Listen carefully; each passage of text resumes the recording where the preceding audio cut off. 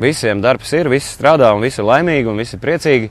Visi ir kārtībā un liekas, ka viss notiek un attīstās un tā, bet Mjanma skaitās arī viena no nabadzīgākajām zemēm pasaulē. Un tad mēs prasījām Džekam, kur tā nauda paliek, kā tev šķiet? Viņš teica, nedomājot par ausīm sienām, viņš teica, ka nauda aiziet valdībai. Lielajam brālim tā kā. Un tas ir normāli. Uzcelt vienu pilsētu pāris gadu laikā, es sapratu, ja? Tas jau izklausās diezgan padārgi. Mēs zinām, kas ir dārgi. Mums tilts ir viens tāds pār Daugavai. Dārgs diezgan. Un vēl biblioteka mums ir un mums, Un šitien mēs atkal varam savilkt kaut kādas kopīgas lietas. Mums jau arī kaut kas jau notiek. Labi, ar to ražošanu šobrīd tā kā čābīgi, bet kaut kas jau te ir un tā. Bet naudas kā nav, tā nav.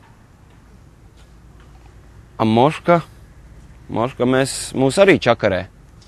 Es tikai pajautāju, es nezinu. Droši vien, ka nē.